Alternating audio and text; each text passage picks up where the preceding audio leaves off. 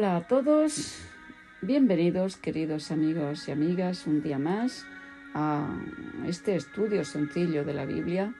Estamos hoy en el tema 670 y vamos a comenzar a estudiar el libro del profeta Malaquías. Como siempre, pues le damos la palabra a Francisco. Adelante, Francisco. Con la Biblia preparada en el libro del profeta Malaquías. Comenzamos. El libro del profeta Malaquías lleva el nombre de su autor. Malaquías significa mi mensajero o mensajero de Yahvé. El profeta no hace ninguna referencia para saber en qué época escribió su libro. Sin embargo, no queda duda de que fue el último de los profetas del Antiguo Testamento. Sin embargo, por el contenido del libro, es evidente que Malaquías profetizó cuando el cautiverio de Babilonia ya casi se había olvidado y ya el templo de Jerusalén había sido restaurado. Muchos años después de la restauración del templo, Nehemías, que fue copero del rey Artajerjes, ya en el imperio medo-persa, se enteró de que no eran buenas las condiciones en Jerusalén y pidió permiso al rey para visitar a sus compatriotas que se encontraban allí. El rey accedió al pedido y otorgó a Nehemías una licencia por marchar a su tierra, además de ser nombrado por el rey como gobernador de Jerusalén. Nehemías llevó a cabo una gran obra de reforma en Jerusalén durante 12 años y luego regresó a Babilonia. Después de algunos años en Babilonia, volvió de nuevo a Judea y encontró una decadencia espiritual que procuró corregir. Durante este periodo de actuación de Nehemías es cuando el Señor elige al profeta Malaquías para que animara al pueblo a que volviese a confiar en él. En contraste con la emocionante profecía de Zacarías, del que acabamos de estudiar su libro y que, como siempre, supeditada a que el pueblo hiciese su parte del pacto con Dios, el profeta Malaquías, un siglo más tarde, presenta una grave decadencia espiritual de los judíos. En realidad, las cosas habían llegado a un punto tal que aun los sacerdotes menospreciaban el culto y el servicio a Dios, y estaban hastiados de la religión.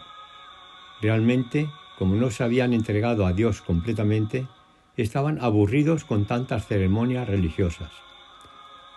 Bueno, podemos hacer un inciso respecto a la actualidad religiosa que podemos tener en las iglesias, que al no participar de corazón en ellas, al final nos podemos aburrir y buscar otras fuentes, algo que nos estimulen a cambiar.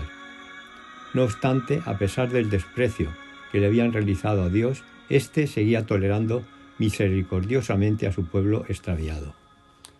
Dios utilizó al profeta Malaquías para que diera un severo mensaje de amonestación que recordará a los judíos lo que habían sido antes como nación y los instará a volver a Dios y reconocer los requisitos del pacto.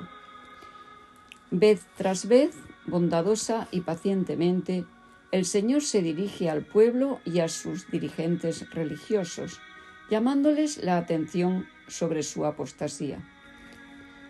El paciente esfuerzo de Dios para conseguir que los israelitas reconocieran sus errores del pasado, junto con la negación cada vez más de parte del pueblo de no ser culpables de lo que se les acusa, constituye el tema del libro que vamos a estudiar. Haremos un pequeño resumen sobre las pautas seguidas en el libro. Con suavidad Dios empieza recordándole a Israel su amor eterno, pero ellos protestan alegando que falta una prueba de que es cierto que el Señor los ama. Entonces Dios les hace recordar que gracias a Él llegaron a ser una gran nación.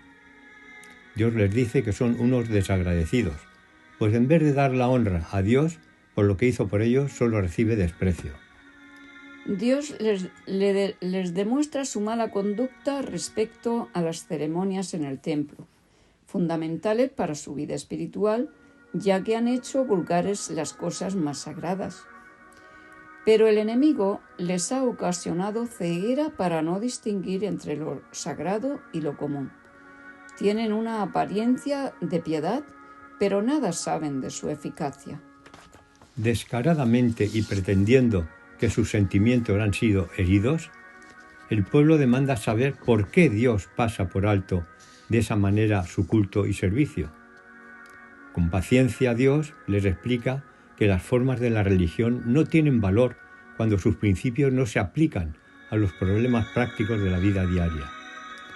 Ellos se justifican diciendo que no tiene importancia sobre todo lo que se les acusa, y le dicen a Dios que no debiera ofenderse, pues ellos mantienen eficazmente las ceremonias religiosas, con lo que están demostrando su poca espiritualidad.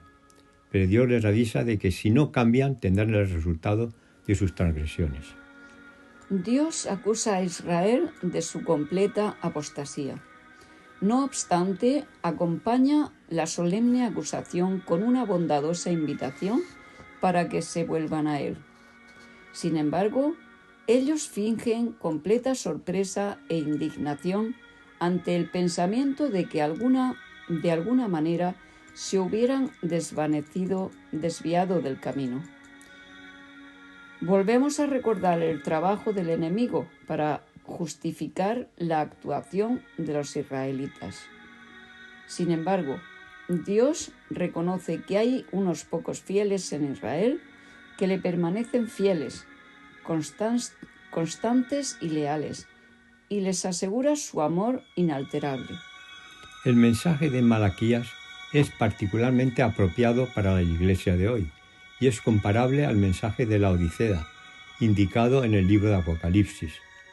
Como el hombre de la parábola que no tiene vestido de bodas, está en Mateo 22, 11 al 13, estaban delante del Rey del universo, despreciando el vestido de la justicia divina y contentísimos con sus propios harapos morales. Bien, pues ya acabamos por hoy, queridos amigos y amigas, y pues mañana seguiremos el estudio con el tema 671 para seguir con el libro del profeta Malaquías. Así que muchas bendiciones y hasta mañana.